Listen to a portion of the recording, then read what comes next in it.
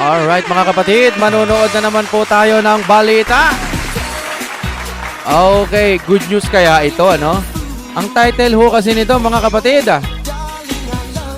Big Good News, latest update, former President Duterte, makakalaya at makakauwi na? Patanong pa rin, ano? Palasyo na shock. Ito pong mga kapatid, tagalid na ba talaga yung ICC na yan? Abangan po natin anong meron dito.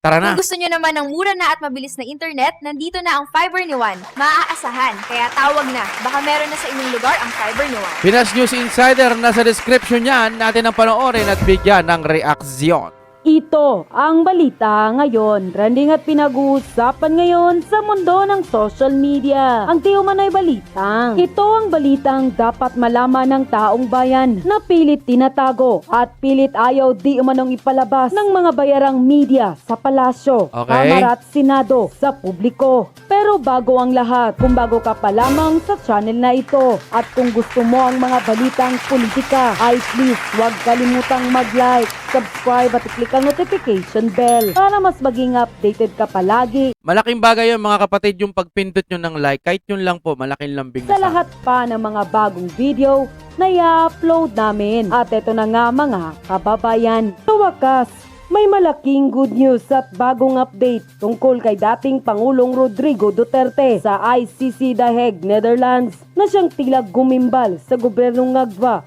ni Marcos Jr. Kaya dapat itong malaman at mapanood ng maraming Pilipino, lalong-lalo na ang mga solidong sumusuporta kay dating Pangulong Rodrigo Duterte. Para sa buong detalye, panuuri ng full video.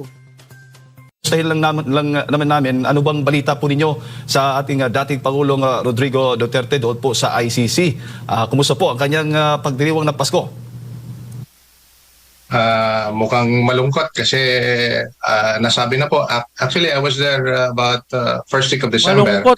And we were already told na walang bisita sa panahon ng Pasko at New Year. Kaya buti na lang din na may mga membro ng pamilya, the latest of which was I saw Kitty Duterte there at The Hague, no? Nabisita niya yung papa niya. 24, pero walang bisita ng 25. Sa 26 siguro, makakabisita na naman pagkatapos ng Pasko.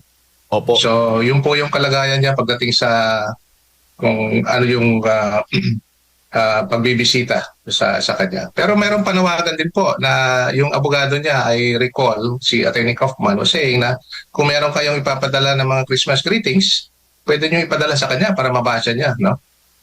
Kahit na gaano karami yan, aabotin yan doon sa detention facility where he is staying. Opo, hanggang Nabobobohan ako talaga sa ICC.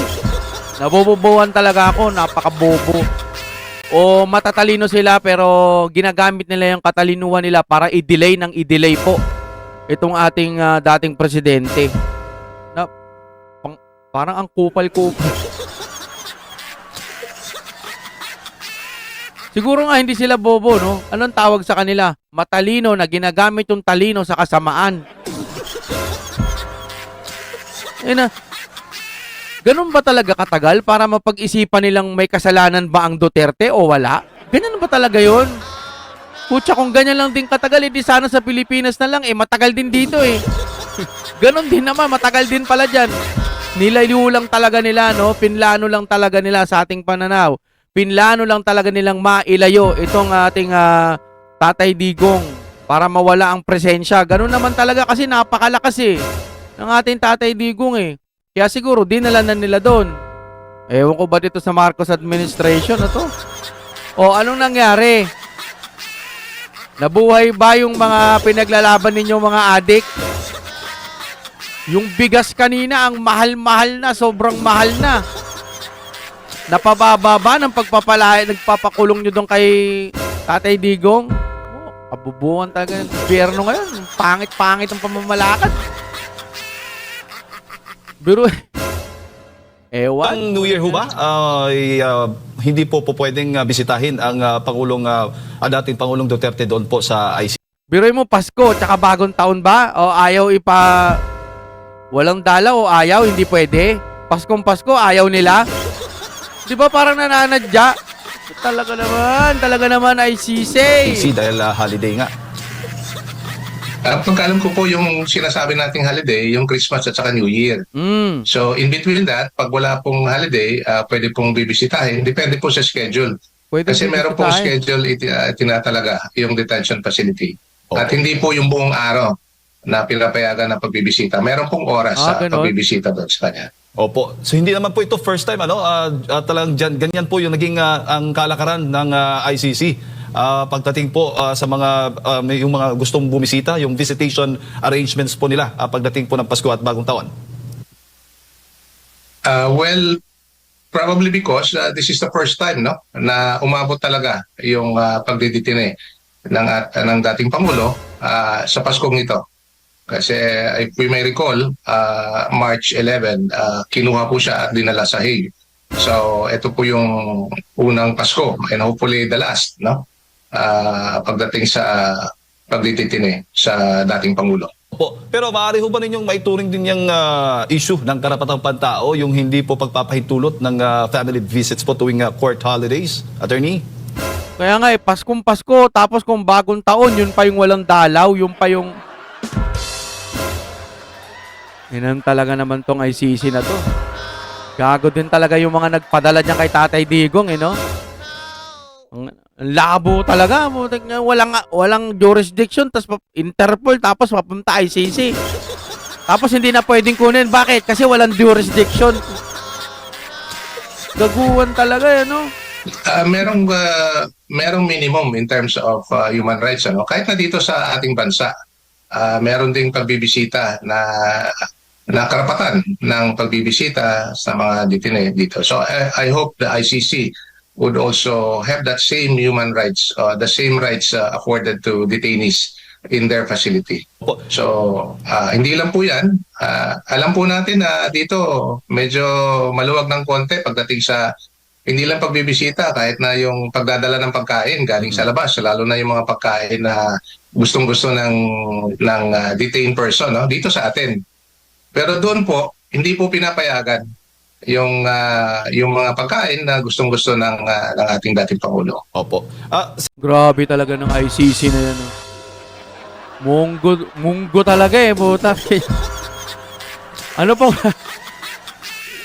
Dati mataas talaga tingin ko dyan sa ICC na yan. Putik yan, ngayon wala na Bugok pala, Putik yan. Ang tagal. Imagine nyo na lang yung tagal ng pag-stay ni Tatay Digong dyan. 'Di ba? Yun pa lang, halimbawa, ang tagal naman ng Pilipinas magpadala ng mga dito, mga ebidensya. Ipauwi na muna natin 'to. Tsaka matanda na 'to, hindi naman na makakagawa ng krimen 'to kung totoo man Palayain muna natin, dyan muna. Tapos pag talagang totoong hearing na, kung ready na yung mga resibo nila, di tsaka natin ituloy. Wala Hindi ganun ang nangyayari, puti. Sinasadya siguro nila, Kasi titignan mo mga itsura nila, may mga utak naman. Wala talaga tong Ewan ko ba kung bakit napasubo tayo sa ganitong administrasyon. Alam mo yun, paganda na yung Pilipinas Tapos ngayon, binababoy. Yung presidente, walang maipagmalaki. Ang may pinagmamalaki, yung achievement ng iba. Yun na yan. Alam nyo, huwag nyo na kasing kakampihan pag alam nyo ng ganyan yung presidente. Huwag kayong makasarili. Kayo lang nakikinabang porket binabayaran kayo. Paano yung mga mamamayang Pilipino natin? Ganito na lang ba? Gusto nyo manahin ng mga anak nyo sa mga koko? Apo-apo nyo na ang Pilipinas natin, alam nyo, halimbawa, yung mga susunod na lahi, na henerasyon, halimbawa, nag-uusap yung mga binata na, sabi mo, ang year na ngayon 2050 na, halimbawa, year 2050. Sabi nag-uusap yung mga alam nyo noon, pa-asenso na sana yung Pilipinas kaso biglang may ngagba na may bangag na naging presidente. Halimbawa lang, Kaya yung tatay ko noon, yung kalululuhan ko, sinuportahan yun PBBM. Sabi ko halimbawa lang. Kaya hanggang ngayon, di makausad yung Pilipinas Bakit? Wala na, nagsawa na lang yung mga Duterte naumay na sila eh. Alam niyo mga kapatid, ano, sayang kasi nanood ako ng mga ibang mga palabas na itong ating Pilipinas pala noon hindi talaga malaya. 300 years na sinakop ng Kastila, sinakop pa ng Amerika, sinakop pa rin tayo ng China, sinakop din tayo ng Japan. Alam mo yun, no? Kaya nagkaroon tayo ng Independence Day, malaya tayo. Nagkaroon tayo ng sariling batas, sarili dito lang sa atin. Tapos ngayon, papausuin ng administrasyon, dalin si Tatay Digong dun sa dahig. Mayaman ang ating bansa, di ba? Ay, palike po mga kapatid. Papindot po ng like habang nagkukwentuhan tayo dito. Halimbawa, pag nag-like kasi kayo, ano yun, ipopromote at ipopromote tayo. Tensya na kayo ha, kung nai-stop natin tong pinanonood natin kasi, alam mo, naiinis talaga ako sa gobyerno na to. Parang wala na tayong pwedeng sumbungan eh. Kasi yung Amerika parang hindi rin ata pwedeng mangialam eh. Pero yung Pilipinas pwedeng pakialaman ng ano no, ICC. Wala pang jurisdiction ano. Tapos kung ano mga kababalagan ang nangyayari sa Pilipinas. Hanggang ngayon wala pa rin nakukulong malaking dilis. Puro diskaya. Nasaan na yung mga ibang matitinong maiingay noon? Wala na, no? Nagsitahimikan na rin, eh. Yung mga maiingay, yung mga akala nating matino, tapos yung pala, wala. No? Saludo ko sa mga sila Barsaga, Kiko, Libeste ba yun? Yung dalawang bago ngayon. Grabe, no? Ang titindi nila. Dapat yan, mapunta yan sa Senado. Ito yung mga hindi nagpapasilaw. Meron pa isa eh, yung nasa party list dun eh. Yung medyo chubby-chubby, yung mga kasing chubby-chubby natin. No? Marami pang matitino, sana yun ang mamuno sa mga susunod. Kaso, may harang na naman tayo. Yung Comelec kaya magiging honest sa susunod po na eleksyon. Yun, di ba? No? So, yung pagkain lang po ng detention facility ang kinakain niya. Opo. Attorney, sinong mga nandoon po? Nabanggit po ninyo kanina si Kitty Duterte ay nandoon Tuloy-tuloy ngayon sa na natin, Dahig. Sino pa po mga miyembro ng pamilya Duterte ang nandoon po ngayon? Yun po ang alam ko lang po, si Kitty, and I suppose she's accompanied by her mother, si Hanilet. When I was there, nagkataon din na when I was at The Hague, nagkataon din na si VP Sara was there. So we were able to meet together with the Filipino communities doon sa Hague. Oh. Opo. Grabe yung suporta, if I may say about the Filipino community there, grabe yung suporta ng Filipino community sa Hague, ano? O yun pa, hindi ba naiisip ng ano yan, ng mga taga-ICC? Diba? Uy, grabe to grabe suporta ng mga Pilipino dito sa taong nakakulong dito Ano bang meron dito? Dapat interviewin nila yung mga, ba't nyo ba sinusuportahan to? Napakatinuho kasing presidente, bla bla bla. Uy, nang ng ICC yan. One-sided ang po. Alam mo natin, kasalanan talagang humiling ka o sumpain pero sumpain mo yung tao, no? Pero minsan mapapaisip ka, Lord, paano ba tong mga to? Bubuhayin nyo na lang ba to? Mga nag-aral, ang ganda ng mga pananamit, pero pagdating na sa mga batas-batas, putya, masisilaw sa pera. Pulang mintis, patuloy, at kahit na anong klaseng panahon, malamig man o mainit, at during this time, sobrang lamig, pero nandun pa rin sila, naghihintay sa paglabas ng ating dating Pangulo. Opo. Attorney, alam naman po natin na gustong talagang malaman ng ating mga kababayan yung magiging kapalaran ng dating Pangulong Rodrigo Duterte. Ano ho ba yung magiging direksyon po nitong kaso po niya dyan sa ICC? Ano? Ang pagkaalam ko, ang pending ngayon na application, ang tawag doon application, ang tawag natin dito sa local na our domestic judicial system, a motion, ano? Yung motion na kapending doon, it's actually an appeal on jurisdiction. Their application for jurisdiction was denied by the Provincial Chamber, and now it is being heard by the Appeals Chamber. So yun po ang hinihintay natin na resolution na manggagaling sa ICC. The latest of which is, if I recall, both parties or all parties have already submitted their comments or their brief, we call it appeal brief on the issue of jurisdiction. Pero lately, yung appeals chamber ay nagpalabas ng order na kung pwede dagdagan pa yung mga komento o argumento ng mga partidos patungkol sa issue ng jurisdiction. So mukhang matindi yung pag-aaral ng ICC patungkol dito. If I may Sana. just probably make an opinion na kung if that will be denied, then trial will proceed. But if that will be granted, then obviously there is no case to be heard before the ICC. At makakalaya na ang dating Pangulo at makakauwi na sa Pilipinas kung the issue of jurisdiction will be granted. The lack of jurisdiction will be granted as prayed for by the former president. Opo. So yung issue po ng pagpapalabas kay attorney kay dating Pangulo Rodrigo Duterte, attorney nung una, 'di ba binasura po yung kanyang apela? Wala na po 'yun. Wala na pong pwedeng remedyo noon. So ngayon nasa issue po ng jurisdiction na. Yung una po, ibinasura yung application to dismiss the case on grounds of jurisdiction. Kaya inapila po nila sa appeals chamber. Yung Yung apela na yun, maghihintay na naman siguro ng mga isang buwan. Kung apela ka, titignan mo lang. Ewan ko sa mga to. denial din. No? There's a similar case or similar application that I filed. When I say they, I'm referring to the defense team of the former president, no, headed by Attorney Nicholas Kaufman.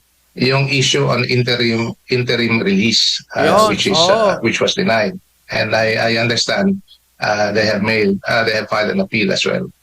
Opo. Motion for reconsideration on that one. Opo. So ibig sabihin na pwede pang desisyonan pa pala itong apela ng interim release kahit nag-apela na noong una, attorney. Wala pong magiging problema doon.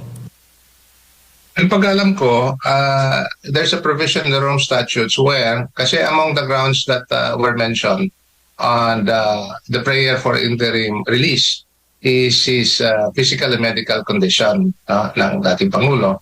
At under the provisions of the Rome Statutes, meron pong tinatawag na review every 120 days. So 120 days. Review. 1+1. Wait lang yung sagot ha. Maghihintay muna tayo ng 120 days. Parang ganun eh. Yung interim release, matanda na. Medical condition. Makakagawa pa ba ng kasalanan dyan? Ba't kailangan nyo? Tangina yan. Nag-aaral ng law, nag-aaral ng mga 5 years, 10 years, tapos napunta ka sa International Criminal Court. Ang sarap-sarap pakinggan. Pero putya, 1+1 ho. Teka lang, i-review muna namin ha. Maghintay kayo ng 120 days para malaman yung 1+1. Ang ina nyo. Diba? Bakit 1+1? Ba't hindi ba mahirap bang intindihin yung matanda na? Medical condition, mahina na talaga. May mga sakit-sakit na rin. Kailangan mapakain ng gulay o etcetera masasarap na gusto ng ating Tatay Digong. Wala namang kasalanan. Mahirap bang intindihin yun? Kailangan pa papag-aralan yun? Tangina yun talaga. Kabobo, di ba? Kaya mag-like kayo mga kapatid kung gusto nyo ng mga ganitong usapan. Wala na po tayong oras. Lagi, alam nyo, dasal na lang talaga. Napakatibay ng dasal, lalo na ho kung magsasama-sama tayo. Nakalagay naman yan sa Bible. Huwag ho kayong magsawa, wala hong imposible. May imposible naman sa Panginoon kasi hindi naman niya kayang gumawa ng masama eh. Ang sa atin lang mga kapatid, magdasal tayo, ibibigay ng Panginoon yan kasi ang ating Duterte mabuti. Hindi lang nakikita ng iba o ayaw lang tignan ng iba kasi gustong makinabang sa nangyayari ngayong kurakutan sa gobyerno. Patiri yung mga yan. Huwag kayo dyan.